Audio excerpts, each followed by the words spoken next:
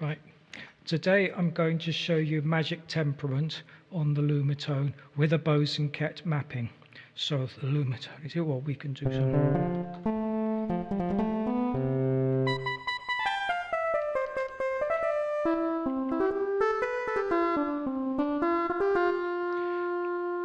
So magic temperaments fairly amenable to sort of normal music, triadic music, but it is not a mean tone. So here it is fitted to the 19-note Bosenket mapping, which is the mapping that this keyboard's designed around. And so the Diatonic Scale is...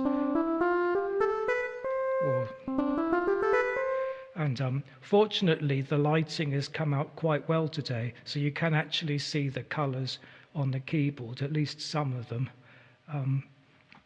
So some of what I'm going to say makes sense. So there are discontinuities in the mean tone pattern.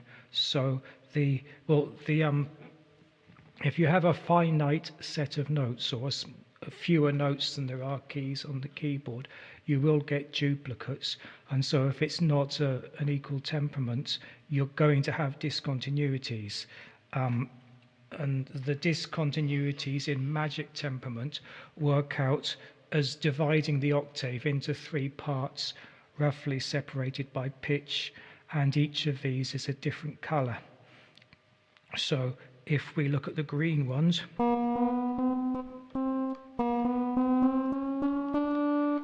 that's that, and the pink ones, and the orange ones. So there are duplicates here that have to be, where is it? There we go. So if you hit 2 duplicate notes, it goes off because of the way the synth works. But that's that.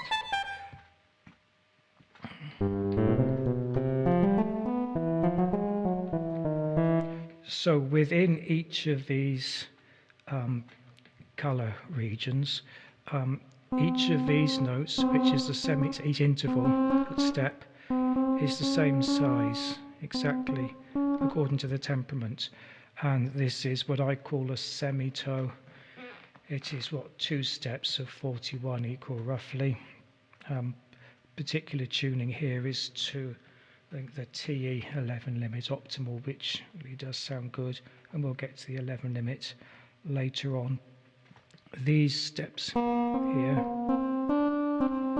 are always 10 nines, and I've got my fingers on, I was looking at, that's the anomalous major third. It's not a major third, it's neutral, but wherever you play 2 tones crossing a colour boundary, you get a nice pure major third, which is the generator of the temperament.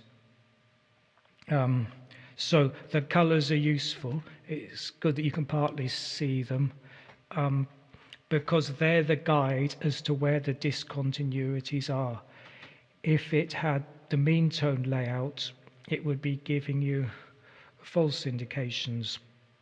So an advantage of using this layout is that you can tie everything to a regular pitch name.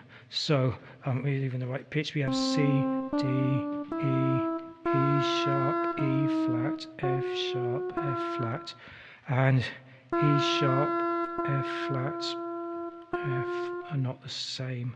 They're ordered in magic temperament or any proper 19-note scale. That's it. E sharp and F flat are the same, aren't they? There you go. I know my temperament.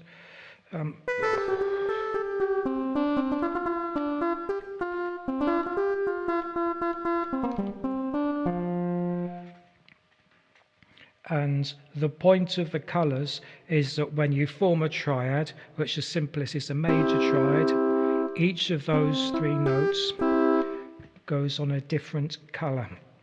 And the minor triad, similar. and the semitoes are arranged so you get chains of thirds. So below the minor third, we have the sub-minor third. And I've got to move these up to keep the colours preserved. That's a sus2 chord. Go back to minor, major, super major. That's a sus4 chord. And here, that's 11 limits. This is an 8-11, so it's 8-11-12, isn't it? And that can also be played like that. And so we've got to 11 already. We sneaked in an 11. But at least that's the basic idea of magic. And the colours here I call the tricolour. It falls into my the threefold pattern. Originally it was tripod notation, which is something I wrote for working with Lily Pond.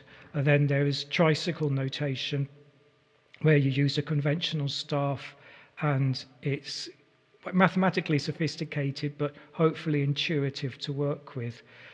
And that's the way you can assign a normal note name to every key, with ways of disambiguating. So on the face of it, 19 notes gives you a direct mapping to note names. This keyboard is slightly different. I'm not sure if it shows up from the camera, but C, D, E, D is green. Up here, C, D, E, it doesn't really show up, but that D is pink, which means it's a different pitch. So if we play C, G, D, that's not so good. If I switch to the other G, that's better. So bad, good. Theory seems to be working. I think the good one really does sound better. So this interval is 9-8, this interval is 10-9. When you are taking conventional harmonies and fitting them to magic temperament, you have to worry about that difference. And so some chords are going to be out of tune. Chords then. Let's start with 3-note voicings, which, here we go. This book here starts with as an early harmony exercise. So let's try it. So the roots will go like that, and there we go. So this is a foundational progression of jazz, and it's also easy to play because all the roots are that, and you're always ever moving by one semitone in the right hand. So we start with D minor 7, we go down to a G7, so the C goes down to B by a semitone, which is 2 semitoes, is it not? No, yeah, so it could also be that, but simpler that. Oh, hang on. Let's get it right. And then F goes down to E, so give us C major. And you can add things to that. Well, I'll go through the chords in order, I think. But yeah, okay, so there's another way. We can also have the roots as like that. And so that is a perfect fifth, that is a perfect fourth. So this is the way you'd expect it to go. But if we play that with the same right hand part, that is out of tune. That's a D minor 7th with the wrong D. It should be that. So I think this is the way to do. Oh no, this is the way to do. Yeah, 2, 5, 1. And so that's what I'll be going into further. Is there anything else to say? I don't know. Let's go on to it then. So if we start, well, I can play it in one hand as well. Kind of D, F, A, C. there's our minor seventh, and we can play stuff up here.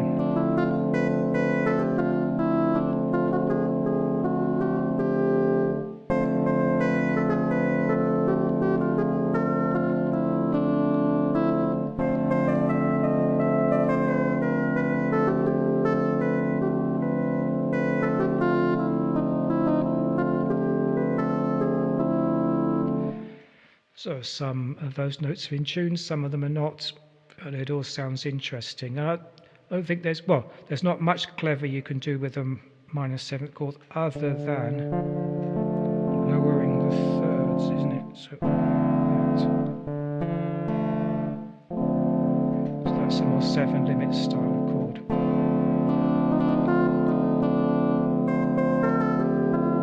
Or something, that's good. And you can work out a different progression around that, but I won't today. So the G chord now. No, G. Okay, so if we want to have the fifth in the G, we've got to go up here. Oh, let's come as a fourth there.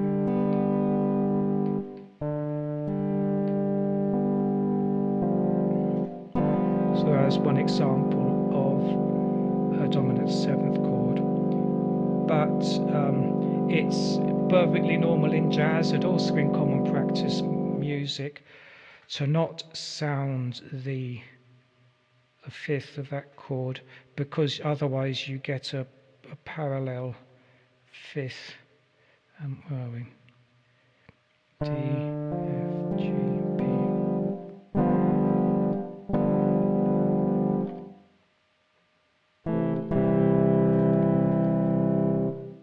So it's at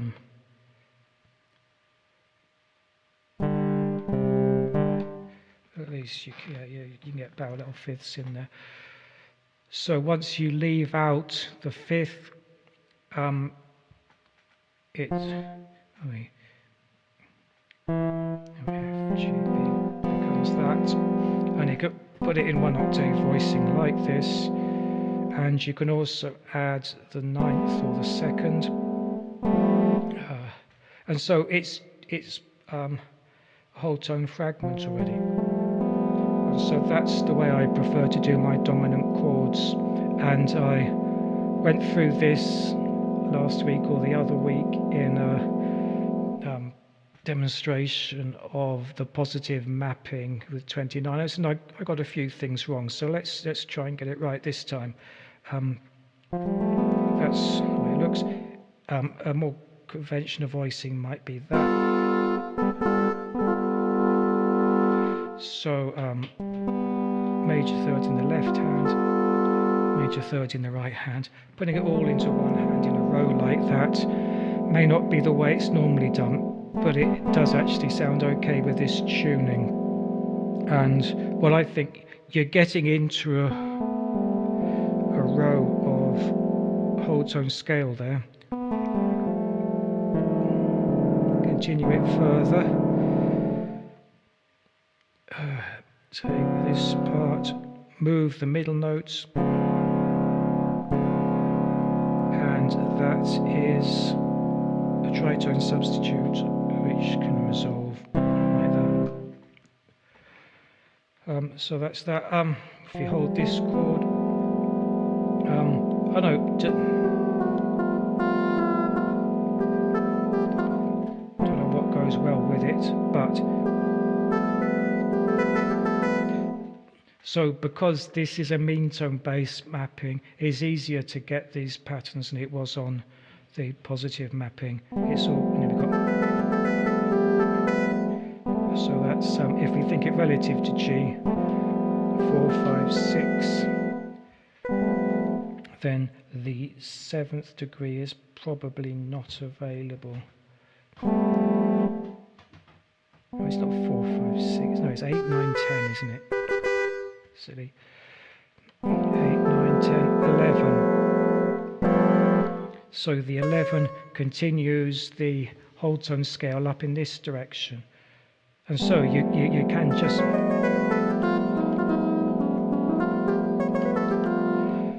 just play a whole tone scale on top of that chord, and that sounds okay. And as he brings in the tritone substitution logic, which is another reason I relate it to this particular voicing. Your mileage may vary, but well, yeah. Well, anyway, that's good enough. We'll do that for now. The tonic chord. Let's see. So 8, 9, 10. So with a simple tuning of this key, you wouldn't have this 9. You'd have to do the 10, which isn't as good, but can work as a passing note, or maybe do something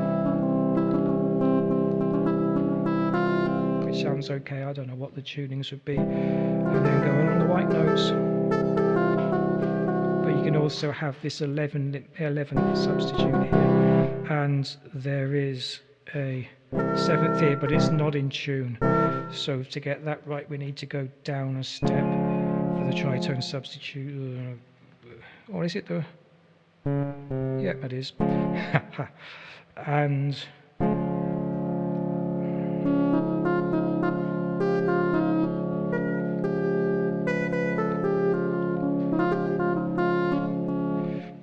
it just becomes more of a whole tone scale, which I think is interesting. And so that probably covers enough of that. We've done our 3 chords. We can look more at the higher limits. One thing that may be useful is to know the mapping of magic. And so in a state of high-tech advancement, I've got a heads-up display here, which can show you the mapping. There we go, it's in focus. So what's interesting about this, firstly, the 2 smallest numbers are for the 3 and the 5. So this tells us there's a lot of 5-limit harmony in the scale. And so we I think of it as a shell temperament. You've got the inner shell is the 5-limit, outside the 7-limit, complexity of 12, and then outside the 11-limit. So the 11/8 is only 8 steps, but it's going in the wrong direction. And so 11-limit chords tend to be more complex than 7-limit or 9-limit. And it's inconvenient to have 7 and 11 or 9 and 11 in the same chord, because 9 has a complexity of 10, 2 times 5. But there are certainly 11-limit chords, as we've seen. Or if we move it up.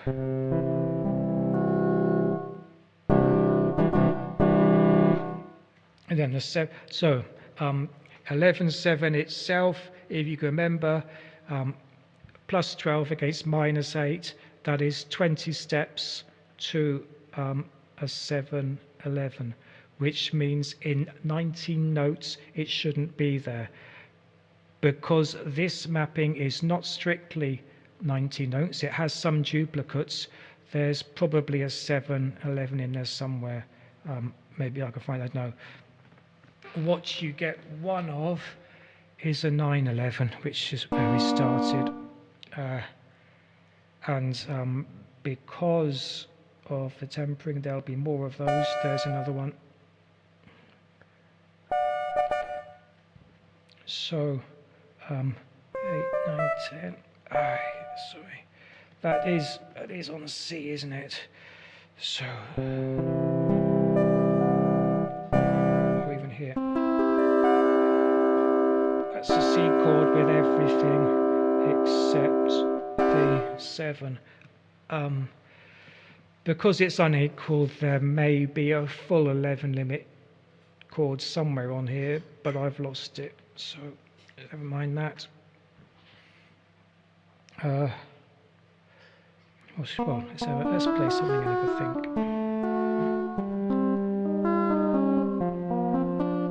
What else do you need to know about this? We're getting to 20 minutes, which is looking good.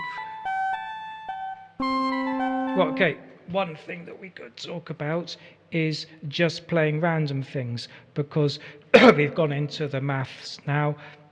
We've shown the mapping. We we've got a mathematically sophisticated way of colouring the keys to find the chords. What you can do is just play things.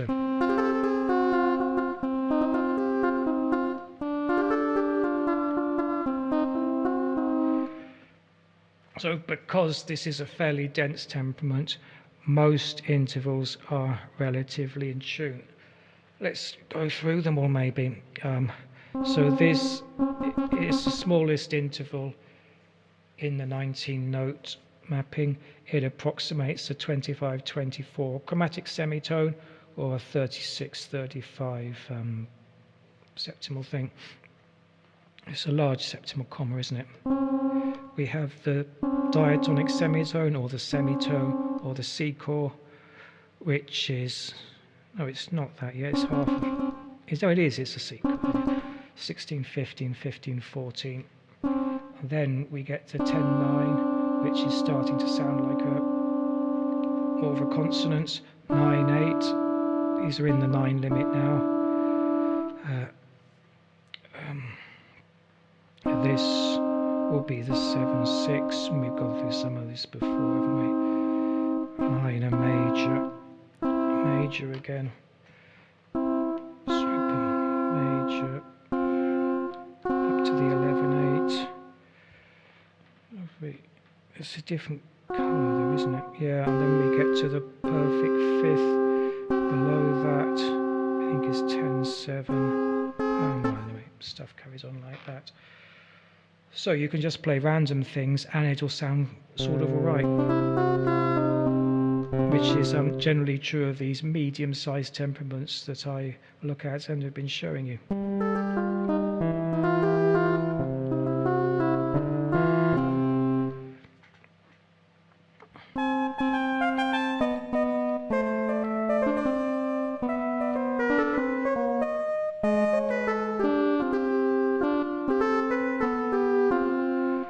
When you get to triads and larger chords, it might not always work out so well, which means that a lot of music written around mean tone or 12-tone equal temperament is not going to translate across quite right to magic temperament, and you just have to take it as you find it. But there's a lot of scope for original music that's based around the temperament, and when you have the right colour scheme and the right keyboard, which is sadly not cheap, but here it is, it gets a lot easier. And so I think that's what I had to say to you. So I'll play a little bit and then I'll let you go.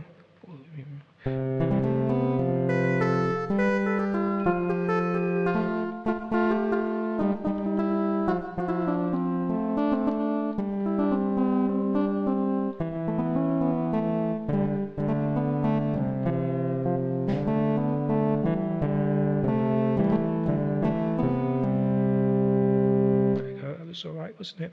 So, cheerio.